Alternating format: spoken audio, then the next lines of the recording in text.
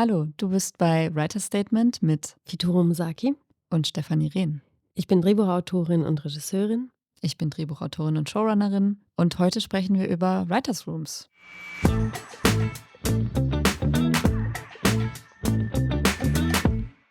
Ein großes Thema. Ist es das?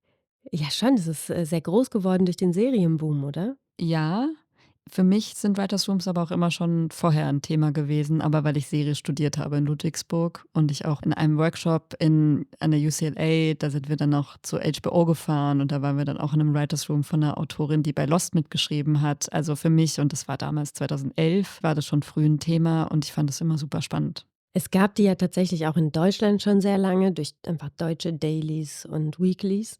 Und das ist ganz interessant, dass es plötzlich diesen Boom gab und es auf einmal hieß Writers Rooms und alle wollen in einen und alle wollen einen haben und jeder will einen gründen.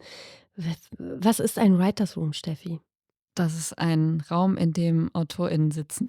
Einfach ein Raum? Ja, das ist ein Writers Room wird einberufen, wenn es eine Serie im meisten Fall zu plotten gilt, die so viele Episoden oder so komplizierte Episoden hat, dass eine Autorin oder 2 AutorInnen das alleine nicht schaffen, sondern man sich dann noch mehr Leute wünscht, damit man auch oft schneller zu einem fruchtbaren Ergebnis kommt. Meistens in Deutschland in 5 bis 10, maximal vielleicht 14 Tagen, weil so ein Writers Room ist dann auch teuer. AutorInnen kriegen einen Tagessatz, der kostet Geld, die wollen jeden Tag essen. Deswegen, man braucht ein Zimmer, eben einen Raum, in dem die gut arbeiten können. Ja, und normalerweise hat man so, ich sag mal, 3 bis 5 Menschen in so einem Room.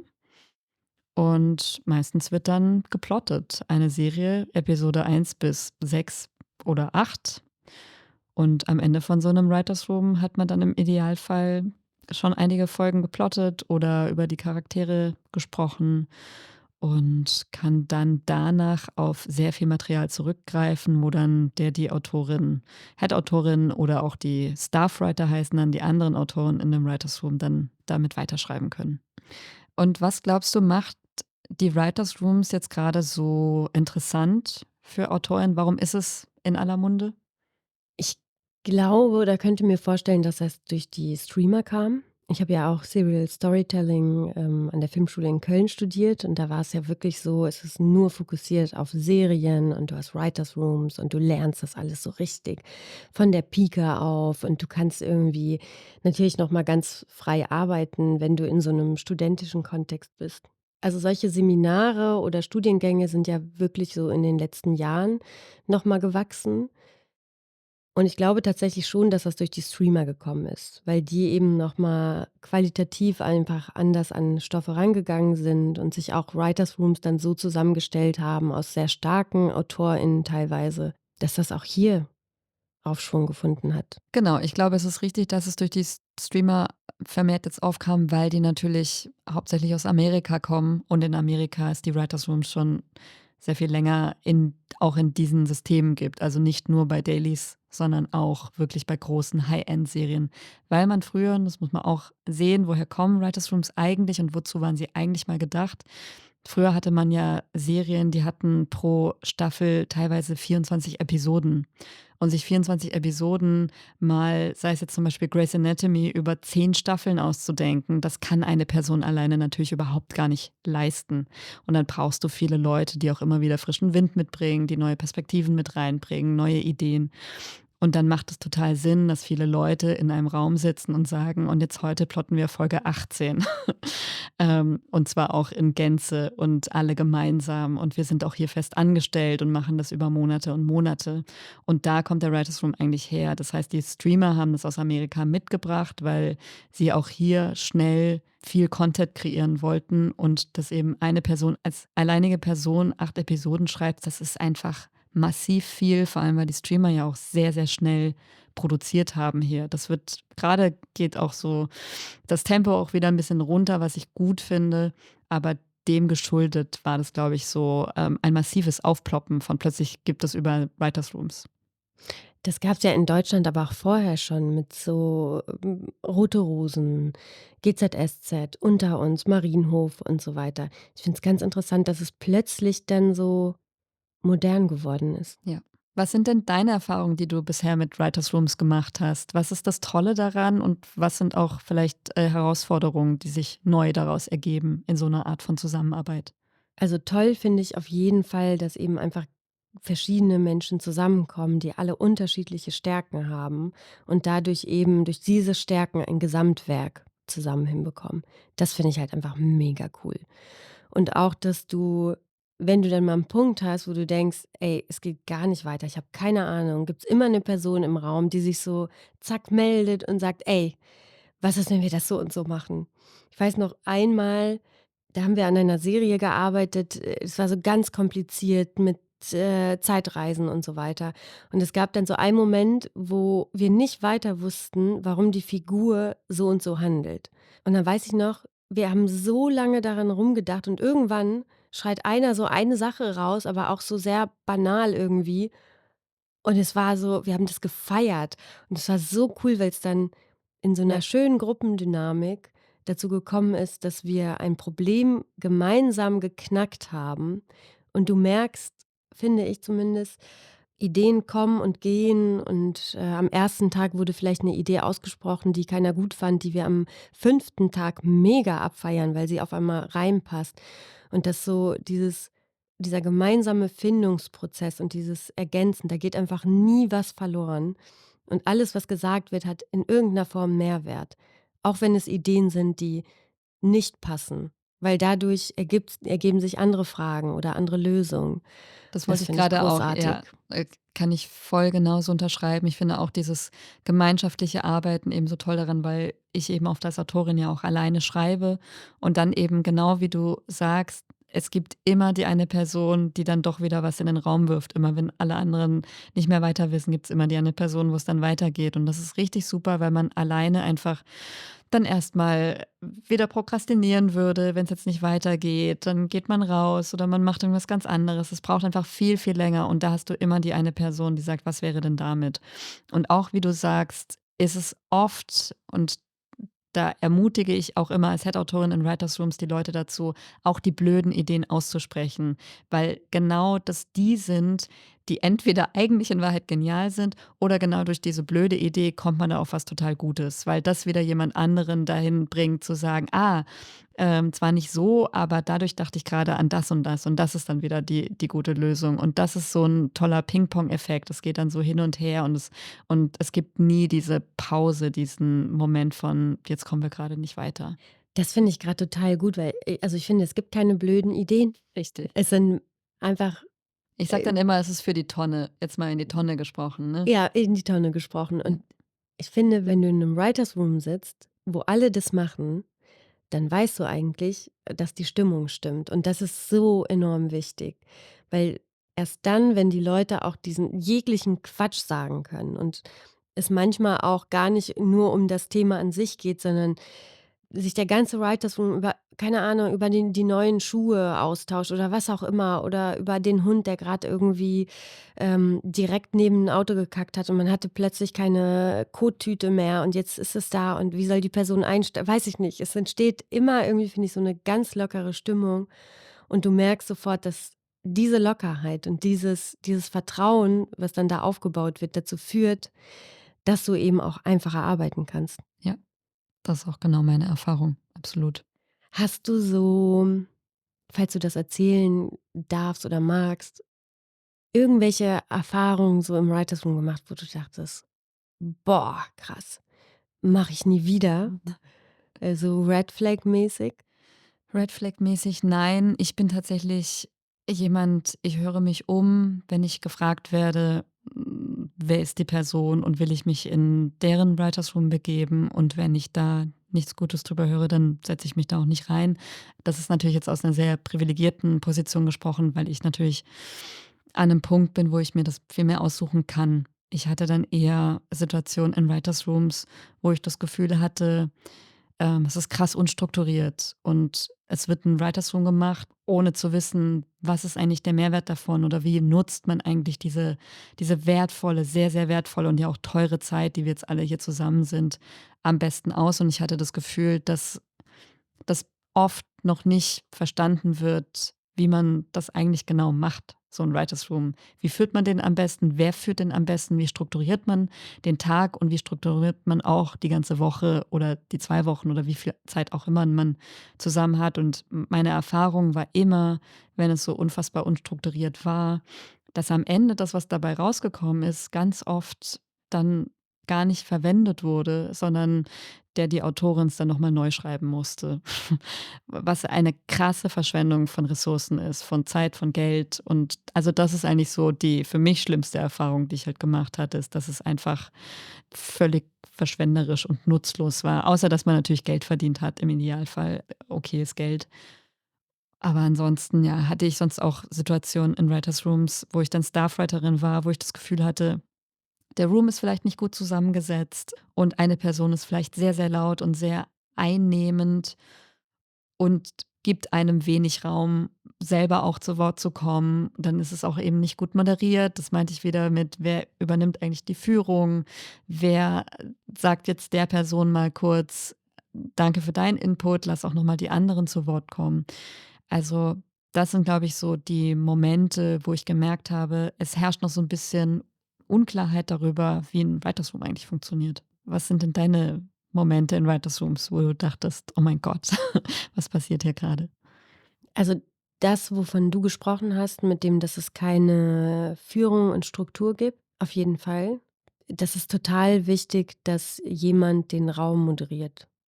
Weil es ist am Ende sind wir alle Menschen und alle wollen irgendwie kreativ sich beteiligen und das ist total wichtig, den Raum zu moderieren und auch den Raum lesen zu können. Mhm. Wer macht das denn aus deiner Sicht? Headwriter, Ja. definitiv.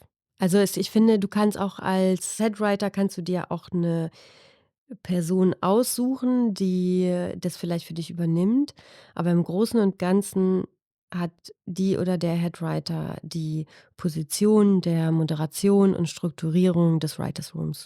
Und wenn es jetzt so ist, weil das hatte ich jetzt auch schon öfters, dass es halt nicht nur eine Headwriting-Position gibt, sondern auch noch Showrunner-Position und oder auch Regie. Also, ich Mhm. war auch schon in Writers Rooms, wo es eine Head-Autorenschaft gab, wo es Showrunning-Position gab und Regie und die waren alle zu dritt in einem Writers Room und auch noch Staffwriter. Wow. Das hatte ich jetzt noch nie. Ich hatte einen, Writers Room, wo Showrunner und Headwriter drin waren. Mhm. Das hat eigentlich super gut funktioniert, weil am Ende hatte Showrunner immer den Hut auf. Da war es ganz klar, Showrunner entscheidet. Aber es war auch in Absprache. Und ich glaube, da waren auch so Themenfelder gegliedert, wo wir dann wussten, das sind Themenfelder, die übernimmt Headwriter. Das sind Themenfelder, die da wissen wir ganz genau, das Schlusswort wird Showrunner haben. Am Ende ist es 'ne Kommunikationssache. Du kannst auch als, Headwriterin sagen: „Ganz ehrlich, das ist jetzt der Writers Room und, Showrunner hin oder her. Ich muss hier die Hosen anhaben, weil sonst läuft mir das Ding aus dem Ruder. Wir können Vor oder Nachbesprechungen haben, wie auch immer.“ Oder es wird ganz klar gesagt: „Showrunner hat immer das letzte Wort.“ Es muss da halt, finde ich, einfach nur aufgepasst werden, dass es nicht zu so 'ner merkwürdigen Stimmung im Writers Room führt, weil wenn da dann so Machtkämpfe entstehen zwischen den beiden Positionen, kann das, glaube ich, einfach die Mhm. Und wie bist du in die Writers Rooms gekommen, in denen du dann auch saßt und gearbeitet hast? Wie bist du da drangekommen? Weil ich glaube, das ist die Frage, die ich immer sehr viel gestellt bekomme. Wie komme ich denn mhm. eigentlich in so einen blöden Writers Room überhaupt mal rein? Die bekomme ich tatsächlich auch sehr oft gestellt. Ähm, also dadurch, dass ich das studiert habe, vertrauen Leute, glaube ich, ganz gut darauf, dass ich da was gelernt habe und das auch kann. Ähm Und ich habe einfach schon viel gearbeitet, auch vor meinem Studium. Das heißt, ich habe ganz viele Kontakte. Und die meisten Leute fragen mich dann an oder ich bekomme manchmal auch Sachen über meine Agentur vorgeschlagen. Aber ich gehe da immer nach meinem Bauchgefühl und ich habe auch Sachen schon abgesagt, weil ich einfach gemerkt habe, entweder war es thematisch nicht passend zu mir oder ich habe gedacht, ich kenne die Produzentin oder den Produzenten nicht gut genug oder der Writers Room wird völlig random zusammengestellt und da musst du nicht immer mitgehen. Und ich glaube, auch wenn du so am Anfang deiner Karriere bist, ist es total wichtig, da auch manchmal für dich Grenzen zu setzen. Weil klar brauchst du die Erfahrung, aber in größer Linie brauchst du auch irgendwie dein Selbstbewusstsein, was du dir erhalten musst und deine mentale Gesundheit. Genau. Und deshalb also die meisten fragen mich dann an. Ja, so kommt das eigentlich zustande. Ja. Oder man spricht sie halt irgendwie keine Ahnung, ich spreche auch manchmal auf Festivals mit Leuten und die sagen: „Ey, ich mache jetzt 'n Writers Room, hast du nicht Bock, da reinzukommen? Kann ich dir mal was schicken?“ oder so. Ja, ich kann ja auch ein bisschen erzählen, wie ich meine Writers Rooms zusammenstelle, weil ich jetzt natürlich in 'ner Situation Gerne. bin, wo ich eher als Head-Autorin und oder eben Showrunnerin arbeite, wo ich in der schönen Luxusposition bin, wo ich mir eben meine Rooms zusammenstellen darf. Was ich auch sehr, sehr wichtig finde, weil ich eben auch finde, dass die Head-Autorinnenschaft oder eben der Showrunner, die Showrunnerin an dem Punkt die Führung in dem Raum haben und deswegen auch entscheiden müssen, wer sitzt denn da eigentlich? Oft wird dir ja auch dann noch von Produktion, Redaktion oder Regie oder wem auch immer noch Leute vorgeschlagen. Das Problem ist nur, wenn du, die den Raum führen sollst, nicht kennst, dann kannst du auch nicht genau einschätzen, wie die zu handeln sind oder wie die Mhm. sich aufführen werden.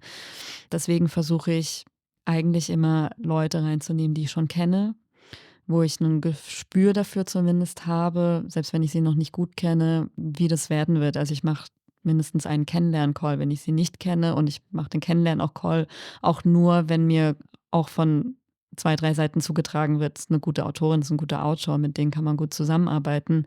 Also, Ähm du nimmst auch Leute rein, mit denen du noch nicht zusammengearbeitet hast, die du aber vorgeschlagen bekommst oder selber in irgend 'ner Form entdeckt hast? Klar, genau. Also, ich arbeite ganz gerne immer mit den 2, 3 selben Nasen zusammen, einfach weil ich da weiß, eben welche Perspektive ich da bekomme. Ich finde es immer wichtig, den Raum so variantenreich wie möglich aufzustellen, damit jeder und jede auch zu Wort kommt und auch immer eine eigene Perspektive mitbringt. Also, nicht, dass ich dreimal quasi dasselbe bekomme, sondern ich versuche eben immer da so unterschiedlich wie möglich die Leute zusammenzusetzen und aber auch eben so funktionierend wie möglich, dass das auch irgendwie vibet, finde ich auch sehr wichtig.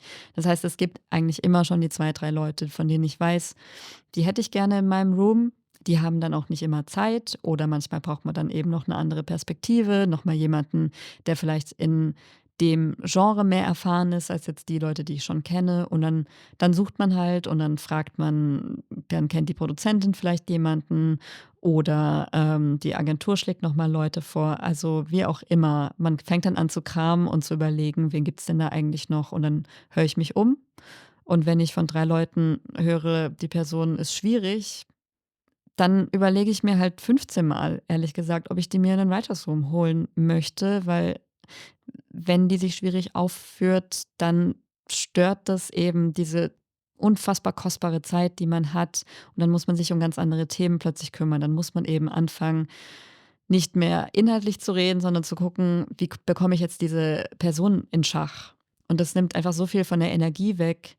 Und deswegen bin ich da sehr penibel, wen ich da in meinen Room reinhole. Und bisher hat sich das aber als sehr, sehr fruchtbar herausgestellt, dass ich da so bin, weil dann hat man da eine tolle Gruppe, die sehr unterschiedlich und trotzdem sehr gut aufeinander eingestellt ist und man dann eben wirklich sich nur noch um das Inhaltliche kümmern kann und dann eben moderiert als Head-Autorin moderierst du eigentlich so 'n Writers Room dann auch einfach nur und guckst, dass alle zu Wort kommen, alle ungefähr gleiche Redeanteile haben oder mal ist die eine Person stiller und das ist auch okay, dann kann man aber auch mal nachfragen: „Ist alles in Ordnung oder langweilt dich das grade oder ist grade irgendwas?“ Dass man so 'n bisschen auch das einfängt, wie geht's grade meinen Writers Room so insgesamt, ja.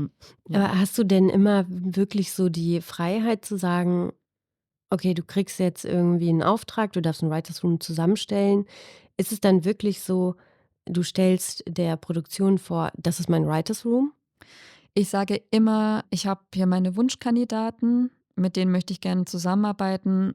Und ich sage auch immer, ich bin am Ende diejenige Person, die mit denen zu tun hat und ich muss mit denen klarkommen. Ich muss mich mit denen verstehen und ich brauche bestimmte Dinge von bestimmten Leuten in diesem Room. Und ihr könnt mir gerne Leute vorschlagen, aber ich muss das Gefühl haben, dass das der Sache zuträglich ist. Und ich kann nicht einfach random mir da irgendwelche Leute hinsetzen, nur weil jemand sagt, die finde ich eine super Autorin. Weil jemand kann eine super Autorin sein, aber vielleicht nicht ganz so passend für diesen Writers Room sein. Das heißt, wenn jemand, Sehr diplomatisch ausgedrückt. ja, das versuche ich zu sein.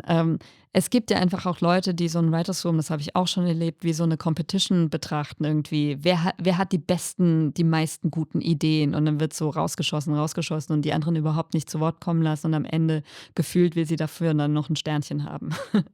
Und darum geht's nicht. Es geht nicht darum, wer ist hier die Beste und damit man vielleicht dann noch in 15 andere Writers Rooms kommt.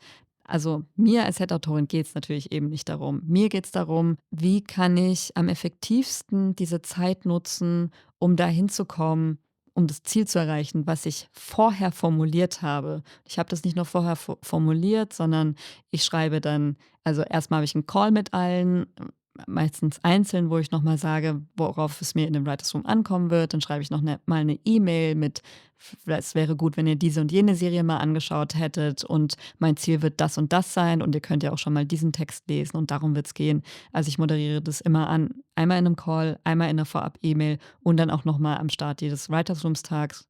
Und ich sage auch immer am Anfang von jedem Tag: „Und heute wird es darum gehen und ich möchte das und das erreichen.“ Und versuche dann eben, wenn ich merke, die Zeit läuft uns gerade davon, dann wieder einzunorden, zu sagen: „Das ist cool, dass wir jetzt gerade ein bisschen ausgeschweift sind, das braucht es auch. Dadurch sind wir auch auf viele gute Ideen gekommen, aber das Ziel ist ja, dahin zu kommen und dann, norde ich so wieder ein.“ Und wenn ich eben eine Person da drin habe, die aus welchem Grund auch immer dem nicht zuträglich ist, weil sie einfach auch nicht für Writers Rooms gemacht ist, solche Leute gibt's auch, dann ist es für mich immer schwerer, wenn ich die schon drin habe. Was mache ich dann mit der Person? Es ist immer ätzend, dann jemanden da wieder rauszunehmen. Deswegen im alleridealsten Fall habe ich natürlich eine Produktion, die mir Vertrauen schenkt und sagt: „Steffi, du weißt, was du tust.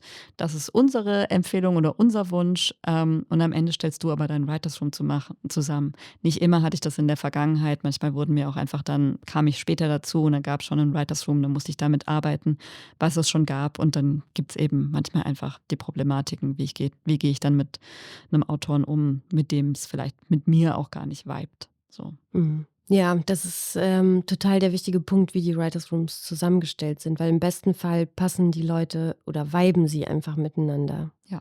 Und auch noch mal zu dem Punkt, wie komme ich denn jetzt eigentlich in den Writers Room? Wie du auch gesagt hast, ich glaube, am Ende geht alles über Kontakte und dass du als Autorin guckst, wer macht denn gerade in Deutschland Serien? Wer produziert tatsächlich die Serien, wo du dir wünschen würdest: „Da wäre ich gerne mal im Writers Room.“ Und dann den Kontakt zu diesen Produzenten, Produzentinnen oder auch Producern zu suchen, zu sagen: „Darf ich mich mal euch vorstellen? Hier sind meine Stoffe. Ich hätte total Lust, mal mit euch zusammenzuarbeiten.“ Und darüber kommt man ja dann auch ins Gespräch und dann ruft man sich in Erinnerung. Und ich glaube, diese Kontakte sind einfach total wichtig und anders geht's, glaube ich, gar nicht. Weil wie gesagt, ich setze halt auch Leute in meinen Writers Room, die ich schon kenne und oder die mir halt Leute empfehlen. Mhm. Ja, wenn alle nur Leute in Writers Rooms setzen, die sie kennen, dann bleiben die Writers Rooms auch immer die gleichen, Absolut. Aber das ist was halt in der genau der Vergangenheit Punkt. so der Fall war, glaube Ja, ich aber auch. das ist ja auch genau der Punkt, den ich sage, wenn ich halt jemanden reinsetze, von dem ich gar nicht weiß, wie sich die Person verhalten wird, habe ich immer so ein bestimmtes Risiko. Das heißt, ich höre mich klar nehme ich auch gerne neue Leute mit rein und ich versuche auch immer, eine Position im Writers Room zu haben, wo 'ne Newcomerin auch mit dabei ist. Aber auch da muss ich vorher einmal gegengecheckt haben: Wie bist du eigentlich und was bringst du mit, damit du dich auch gut einfügst in dieses Gesamtgefüge? Aber dafür muss ich auch erst mal wissen, dass es dich gibt, so. Und Ja. dafür muss irgendjemand mir den Namen halt rantragen und dafür braucht's halt die Kontakte. Steffi, jetzt werden dich ganz viele anschreiben. Ich glaube, es ist immer klüger tatsächlich, sich mit den Produktionen und gar nicht so sehr mit Headwritern zu vernetzen, weil die Produktionen natürlich auch sehr viel mehr Serien parallel dann produzieren. Das heißt, es gibt sehr viel mehr Möglichkeiten, wo die auch Leute dann unterschiedlich platzieren können, als ich jetzt als Einzelperson, die ja auch Autorin ist. Ja. Also, ich werde auch tatsächlich öfter von Produzentinnen angeschrieben, die dann sagen: „Ey, keine Ahnung, du hast mal das und das gepitcht und ich habe den Pitch gesehen und der hat mir gefallen. Hast du nicht mal Bock, dass wir irgendwie einen Zoom-Kaffee trinken oder schick uns mal was oder wir haben bald ein Writers Room frei. Ich wollte gerade sagen, ein Zimmer frei. Ein Writers Room frei und, oder 'n Writers Room Platz frei und hätten Bock, dich mal kennenzulernen. Du hast ja jetzt erzählt, wie schön es sein kann, wenn du das Vertrauen der Produktion bekommst und dein Writers Room zusammenstellen darfst, also mit Leuten, die auch gut miteinander funktionieren. Was ist denn, wenn ein Writers Room nicht funktioniert und du in der ersten Sitzung schon merkst: „Wow, das kann nur schiefgehen?“ Ja, das ist mir tatsächlich schon öfters passiert, auch in unterschiedlichsten Funktionen. Wenn du als Head-Autorin merkst, mir wurde zum Beispiel ein Room aus welchem Grund auch immer vorgesetzt und du kommst dann dazu und da sind jetzt Leute, dann ich versuche natürlich immer erst mal positiv gestimmt und hoffnungsfroh daran zu gehen und zu denken, das kriegen wir schon irgendwie hin. Aber wenn ich am ersten Tag merke, das funktioniert überhaupt nicht und jemand respektiert mich zum Beispiel nicht, weil ich bin ja auch nur eine junge Frau. Also, das hatte ich einmal, da war ich einfach noch sehr, sehr jung und war trotzdem schon Head-Autorin und dann hatte ich 2 erfahrene ältere Drehbuchautoren als Staffwriter vor mir sitzen.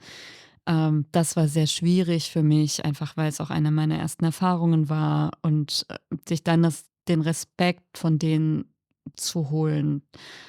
Das hat mir sehr schwer gefallen. Ich glaube, ich habe das dann schon irgendwann geschafft. Und ich war eben auch in der Position, dass ich nicht so richtig was dran ändern konnte. Das heißt, ich habe dann trotzdem auch das Gespräch mit der Produktionsfirma gesucht und habe gesagt: „Ich glaube, das funktioniert so nicht.“ Und die haben mir aber klargemacht, ich muss damit arbeiten. Ach So, wow. es gibt keine andere Wahl. Also, die haben gesagt: „Geh du damit um im Writers Richtig, Room, krieg du das hin?“ richtig. Und die haben nicht mit den beiden gesprochen? Ne. Was daran lag, dass ich erst später dazugekommen bin und es eben 'n Vertrauen den Autoren gegenüber gab, aber ich glaube, mir gegenüber einfach auch noch nicht. Und ich dann damit leben musste und das sich dann so rausgestellt hatte, dass am Ende es einfach mehr Arbeit dann für mich gab. Weil im Idealfall natürlich besprichst du alles im Writers Room, wie es gemacht werden sollte und es war dann auch schon 'nen Schritt weiter und wir haben dann auch die Bücher schon geschrieben und ich habe mir halt im Room dann so 'n bisschen den Mund fusselig geredet, wie ich mir das vorstelle, was so der Plan ist und dann, wenn ich dann den Text zugeschickt bekommen hatte, dann war davon wenig umgesetzt einfach. Also, das heißt, deine Anmerkung oder dein Feedback wurde einfach ignoriert? Nicht mal Feedback, sondern ja meine Leitung, wie Mhm. das, was ich gesagt habe, wie ich mir das vorstelle oder was ich mir an Plot vorstelle, weil es eben wenig dann auch wirklich Ping-Pong hin und her ging, sondern eher man wie dann so eine Lehrerin an der Tafel steht und sagt: „In Folge 1 passiert das und dann das und dann das und die Folge ist deine und deswegen schreibst du das.“ Also, haben die dann quasi verweigert, mitzuarbeiten? Es war einfach eher so 'n aneinander Vorbeireden, glaube ich. Und das meine ich halt damit, wenn der Room nicht vibet, wenn die AutorInnen nicht gut zusammenpassen, wenn man nicht auf einer Wellenlänge über dasselbe Thema sprechen kann, dann redest du ja zwangsläufig aneinander vorbei. Und das ist da eben so 'n bisschen passiert. Ich dachte manchmal, es wäre angekommen und dann habe ich's gelesen und habe gemerkt, davon ist gar nix angekommen, was dann am Endeffekt dazu geführt hatte, dass ich das dann alles umschreiben musste. Weil es anders gar nicht ging. Also, ich habe wirklich versucht, das in der Kommunikation zu lösen, aber es funktionierte einfach nicht und das liegt nicht daran, dass es keine guten Autoren waren. Das lag einfach daran, dass wir nicht zusammengepasst haben und dass ich was ganz anderes in meinem Kopf hatte und das nicht verstanden haben, was ich genau damit meine. Das ist ja manchmal wie wenn man mit 'nem Komponisten spricht über und dann will ich die Gedanken der Figur irgendwie in Musik umgesetzt bekommen und 'n Komponist versteht, was du damit meinst und überträgt es dann wie in 'ne andere Sprache. Und wenn du nicht die gleiche Sprache sprichst, dann ist es zwangsläufig zum Scheitern verurteilt. Ich wusste das schon nach dem ersten Tag. Ich habe das der auch obwohl ich noch sehr unerfahren war, ich habe das der Produktionsfirma gesagt. Die hatten ihre Gründe dafür, dass sie an den Autoren festhalten wollten und am Ende ist halt der ganze Hassel an mir hängen geblieben. Und das ist halt mein Learning daraus, warum ich mittlerweile so sehr darauf bestehe und auch bestehen kann, dass ich meine Rooms mir selber zusammenstelle und warum es so wichtig ist, dass ich auch genau gucke, wer sitzt da drin, wer passt zu wem und wer bringt auch ein Verständnis, nicht nur für das Thema, sondern für das Genre, für die Vision generell mit, damit wir das überhaupt nicht mehr am Anfang einordnen müssen, sondern das schon gesetzt ist, damit diese ganze Arbeit nicht mehr gemacht werden muss und dass, wenn dann die AutorInnen das schreiben, dass ich im Idealfall wirklich einfach nur noch am Ende 'n Polish drüber mache, damit das alles sich irgendwie gleich anfühlt und nicht wie aus 5 unterschiedlichen Händen. Aber ja, das war zum Beispiel ein Negativerlebnis, was ich relativ früh in meiner Karriere hatte, wo es überhaupt nicht funktioniert hat, was aber auch alle gemerkt haben. Also, einer von den Autoren ist dann auch, glaube ich, irgendwann ausgestiegen, weil er gesagt hat, das macht für ihn auch keinen Sinn mehr, so. Krass. Und es ist für die ja auch keine schöne Erfahrung, weil ich dann ja auch deren ganzen Sachen umschreiben musste. Das will man ja auch nicht haben. Also, es ist für niemanden eigentlich was Gutes gewesen, so. Mhm. Hattest du denn Erfahrungen gemacht in Writers Rooms, die nicht gut zusammengestellt waren?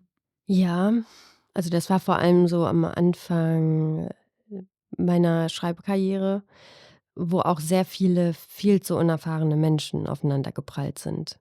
Das heißt, auch Leute, die und da kommen wir dann eben vielleicht auch noch mal zur Feedbackkultur in Writers Rooms oder zum Umgang miteinander, der ja stimmt, wenn du 'n Writers Room zusammengestellt hast, wo die Leute einfach sehr ähnlich ticken. Das muss nicht unbedingt eine gleiche Generation sein oder so. Du kannst ja auch irgendwie Leute mischen, aber die so 'n einfach eine ähnliche Diskussionskultur haben, was, unfassbar wichtig ist, eine ähnliche Kommunikationskultur, respektvoll miteinander umgehen und auch das Gleiche unter respektvollem Umgang verstehen oder sich zumindest dem annähern, was halt eben der Raum sozusagen gibt. Und da gab's schon so einige Fälle von eben so Egos, die dann Angst hatten, dass sie nicht gehört werden und dann immer lauter oder wütender wurden und resigniert haben und dann sich teilweise auch verweigert hatten. Und es gab auch tatsächlich, so rassistische Fälle, wo ich dann immer wieder einschreiten musste. Und das kann extrem mühsam werden, wenn du eben einfach eine Mehrfachbelastung bekommst, weil du die Einzige bist, die eine bestimmte Perspektive darstellen kannst. Und das hatte ich tatsächlich schon ein paar Mal und da achte ich auf jeden Fall auch drauf. Weil ich habe in den letzten Jahren extrem viele Anfragen bekommen von: „Hey, Fitore, du wurdest uns von der und der empfohlen und wir schreiben gerade eine Serie oder einen Langfilm oder was auch immer über eine weibliche Figur und wir hätten dich gerne da drin. Aber du kannst leider nicht, Headwriting machen oder du bist auch nicht, die Autorin, die alleinige Autorin des Projekts. Wir haben dir die Regie, also einen Mann an Seite gestellt, der diese Frauenfigur schreiben will. Er wird aber nicht schreiben, du wirst schreiben, aber er bekommt auch den Credit und so weiter. Also, es gibt so Konstellationen, wo ich manchmal denke: „Ah, ich glaube, da kriege ich sofort Bauchschmerzen und das mache ich nicht mehr.“ Mhm. Ich glaube, was bei mir auch schwierig war in Writers Rooms, wenn ich das Gefühl hatte, ja, wie du sagst, man ist jetzt hier quasi eine Quote und muss das erfüllen und deswegen wurde man auch nur gefragt und gar nicht wegen vielleicht der Expertise oder dem Können, was man hat, sondern einfach nur, um eine bestimmte Quote zu erfüllen. Und das ist, glaube ich, auch immer so ein blödes Gefühl, was man direkt hat. Ich habe aber auch gemerkt, dass, wenn ich Staffwriterin bin, es für mich generell auch schwieriger ist, weil eben Staffwriting zu sein eine bestimmte Qualität in deinem Schaffen braucht, nämlich dass du es schaffst, dein Ego hinten anzustellen und wirklich für die Sache zu denken und nicht dir denkst: „Oh, die Idee, die behalte ich aber für mich, weil die ist ja super und das möchte ich selber machen“, sondern dass man einfach alles in den Raum werfen kann. Also, dass man wirklich, wie wir auch gesagt haben, in so einem respektvollen Miteinander sein kann, dass man wirklich alles einfach auf den Tisch legen kann, alle blöden Ideen, alles, was einem so in den Kopf kommt und dann eben die Head-Autorin das dann leiten kann und anführen kann. Und oft hat man halt das Gefühl, man ist nur hier, um eine Quote zu erfüllen oder Leute sind hier gerade in Wettbewerben untereinander oder es geht gerade hier um was ganz anderes und da sind, ganz viele Egos mit im Spiel. Also, das alles passiert immer wieder auch in Writers Rooms. Und ich glaube, dafür sind sie nicht geschaffen worden, sondern sie sind ja dafür geschaffen worden, um möglichst schnell in einer Gruppe, in einem Kollektiv zu einem möglichst guten Ergebnis zu kommen. Und das ist das, was ein Writers Room wirklich in unfassbar kurzer Zeit ganz oft schaffen kann, wenn er gut zusammengestellt ist, wenn alle irgendwie da Bock drauf haben, wenn er gut geleitet ist. Und von daher verstehe ich das total, dass es über aus dem Boden ploppt und alle das machen wollen und alle auch da rein wollen, weil wenn du dann 'n Writing Credit hast bei einem Writers Room und das ist dann für eine Streaming-Serie, dann wirst du eben dann auch wieder weiterempfohlen und kommst in die ganzen anderen Writers Rooms vielleicht hinein.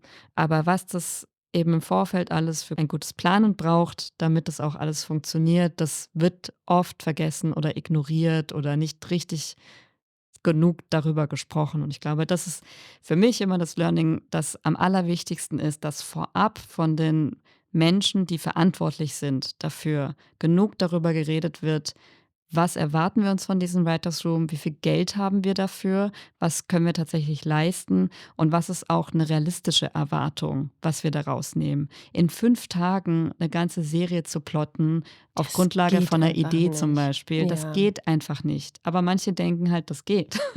Es gibt ja mittlerweile auch, das finde ich, sehr interessant, das ist halt so wirklich Fastfood-Serien, also Instant-Serien zu produzieren, die dann im Januar geschrieben werden. Im Februar sind die Bücher fertig, im März wird gecastet und steht alles, im April wird gedreht und spätestens Juni, Juli sind die Sachen fertig.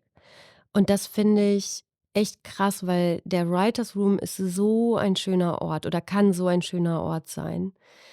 Vor allem auch, wenn alle die gleichen Kommunikationsregeln beherrschen. Und da kommen wir vielleicht auch wieder zu so einer Feedback-Kultur, wie du in einem Writers Room miteinander umgehst.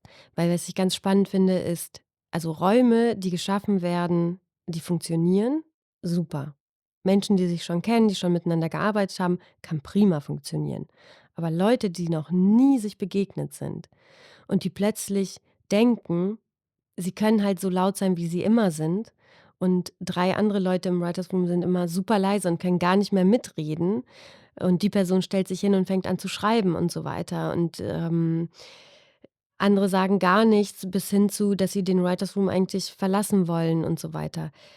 Hast du da manchmal so Momente, wo du dann Regeln für dich hast und weißt, du machst jetzt 'n gemeinsames Gespräch oder du gehst mal, was weiß ich, mit allen, auf abends auf 'n Getränk und dann hörst du dir das mal an oder du rufst die separat an. Weil ich finde es schon wichtig, wenn der Writers Room mal da ist, zu versuchen, den auch zu erhalten, aber das geht halt auch nicht immer unter jeder Bedingung.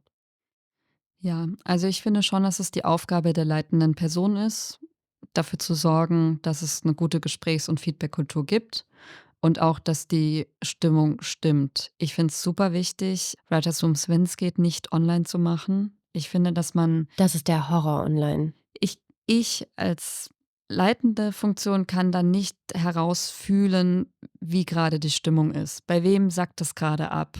Wo ist gerade irgendwie die Energie noch da? Oder manchmal merkt man um 12 einfach schon, ich glaube, es wäre gerade eine 'ne Mittagspause angesagt, obwohl wir noch nicht so weit gekommen sind, wie ich eigentlich dachte, und dann mache ich das dann. Oder klar, wenn man merkt, jemand ist heute besonders still, nachzufragen: „Was ist denn bei dir los?“ Wenn jemand besonders laut ist, zu versuchen, dann mehr zu anderen zu gucken und mit denen zu reden. Und am allerliebsten ist mir, man hat einen Writers Room, der nicht online ist, dass man sich wirklich trifft, weil man im Raum einfach viel besser die Stimmung messen kann, sozusagen, und gucken kann, wo ich gerade mehr moderieren muss, wo ich gerade wen lenken muss, wo ich gerade irgendwie gucken muss, wo die Energie gerade hoch oder unten ist. Wenn sich jetzt jemand wirklich daneben benimmt, finde ich, dann kann man auch am Ende des Tages, mitten im Tag finde ich schwierig, aber am Ende des Tages mit der Produktion sprechen und sagen: „Mit der Person funktioniert das in diesem Writers Room nicht.“ Was ich auch immer mache und ich wirklich jedem empfehlen würde immer, ist, dass eine Person aus der Produktion im Writers Room mit dabei ist. Warum? Weil dann musst du nicht erklären, was da gerade passiert ist, sondern die Person war dabei. Und dann kann man einfach danach ein Gespräch führen und sagen: „Wie gehen wir denn jetzt damit um?“ Und das hat sich für mich immer total bewährt, dass ich nicht alleine in dieser Verantwortung bin, sondern dass ich immer schon die Produktion mit an Bord habe. Auch wenn zum Beispiel sich jetzt inhaltlich was ganz Neues ergeben sollte, was davor gar nicht abgesprochen war mit der Produktion, ist es immer viel, viel leichter, das zu verargumentieren, warum das gut ist, wenn die Produktion mit drin saß und miterlebt hat, wie es dahin gekommen ist und sie dann gar nicht sagen kann: „Moment mal, das verstehe ich gerade nicht oder finde ich keine gute Idee." Dann kannst du immer sagen: „Du warst ja dabei." Super Argument. Dann hättest du ja in der Situation schon was sagen können. Und dadurch, wenn man dabei ist bei so einem Prozess, kann man einfach auch viel mehr Leute dafür begeistern, wenn sie das miterleben. Deswegen finde ich das immer eine super Idee und hilft eben auch an dem Punkt, wenn man merkt, man hat irgendwie einen Störfaktor in diesem Writers Room, jemanden leichter auch dann da wieder rauszuholen, wenn die Produktion sowieso schon mit an Bord ist. Also, das wäre immer meine Mhm. Empfehlung, sich Aber da jemanden mit reinzunehmen. sprichst du erst mit der Person, wo du denkst, da gibt's 'n Problem, oder gehst du direkt zur Ich würde Produktion? erst immer mit der Produktion sprechen und fragen: „Hast du das auch so wahrgenommen? Habe nur ich das so wahrgenommen?" Wenn die Produktion mit drin sitzt? Wenn die Produktion mit drin sitzt, das mache ich halt immer. Wenn die jetzt nicht mit drin sitzen würde, dann würde ich, glaube ich, mit Vertrauenspersonen aus dem Writers Room sprechen und fragen: „Hast du das auch so wahrgenommen?" Also, ich würde, immer erst mal versuchen, eine Einschätzung zu bekommen: Liegt es an mir? Habe ich irgendwie vielleicht die Person vernachlässigt oder ungewollt mich so und so verhalten? Manchmal passiert das ja auch. Kann ja auch sein, ne? Aber einmal erst mal irgendwie eine Absicherung zu haben, dass die Person vielleicht in den Writers Room einfach nicht reinpasst und dann im nächsten Schritt zu gucken, wie geht man damit um. Ich musste tatsächlich noch nie jemanden wirklich aus meinem Writers Room entfernen lassen, aber ich hatte auch schon mal eine Situation, wo jemand in den Writers Room gekommen war, unangekündigt aus Gründen heraus und die dann das Gespräch in eine ganz andere Richtung geleitet hatte, wo ich dann am nächsten Morgen die Produzentin angerufen hatte, die an dem Tag nicht dabei war und gesagt hat: „Es hat für mich so nicht funktioniert." Und die dann auch gesagt hat: „Ja, das wird auch nicht mehr vorkommen. Das war auch ein Fehler und, so passiert nicht mehr." Also, da musste ich dann quasi das Gespräch nicht führen mit derjenigen Person, sondern konnte das dann über die Produktion regeln, was, finde ich, schon auch eigentlich so gemacht werden sollte. Das sollte nicht unbedingt an mir dann liegen, jemanden wirklich aus sowas rausschmeißen zu müssen. Also, zum Glück war ich noch nie in der Position, dass ich das machen musste. Mhm. Ja, vor allem, wenn du die halt selber zusammenstellen darfst. Ja. Hast du einen abschließenden Tipp, wie man sich am besten in einen Writers Room verhält oder auch mit welchem Mindset man sich da vielleicht reinbegeben sollte? Also, ich glaube, Mindset sowieso, Teamwork makes the dream work, immer. Und vielleicht auch so die, Scham so ein bisschen verlieren, Ego auf jeden Fall am besten zu Hause im Zimmer lassen, Tür abschließen, dann die Haustür auch noch abschließen, zu Hause lassen und reingehen mit einem Gefühl von: „Ey, wir machen hier was zusammen und jeder Step zählt und ich muss hier nicht die Nummer eins sein, die irgendwie 80% Sprechanteil hat. Wir sind hier zu fünft und jeder hat irgendwie so und so viel Sprechanteil, im Writers Room. Also, da wirklich einfach offen sein und sich vielleicht auch manchmal entspannen, so einfach entspannen und das auch genießen, den Prozess. Super. Und du? Mein Tipp wäre, glaube ich, dass man sich traut, auch die döfsten Ideen, die einem sofort in den Kopf kommen, auch zu sagen. Also eben das für die Tonne auch so anzukündigen, das ist jetzt für die Tonne. Und dann ist es immer schon mal klar, ich weiß selber, ist eine doofe Idee, aber manchmal entsteht da ja raus eben was ganz Tolles. Also, das finde ich immer eigentlich the magic, wenn man die doofste Idee auf den Tisch wirft und daraus entsteht dann das Allergeilste. Das ist eigentlich mein Magic Moment immer im Writers Room. Das mag ich am allerliebsten. Deswegen, ich würde immer alle ermutigen: „Gebt mir bitte eure dümmsten Ideen, von denen ihr euch niemals trauen würdet, sie auszusprechen, weil das sind eigentlich die guten." Steffi, ich habe jetzt was für die Tonne. Das war Writer Statement mit Stefanie Rehn. und Fitoro Mosaki.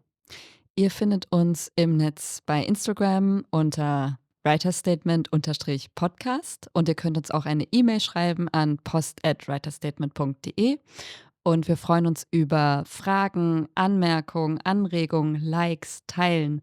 Aber auch wenn ihr Vorschläge habt für neue Themen, schreibt uns einfach. Bis zum nächsten Mal.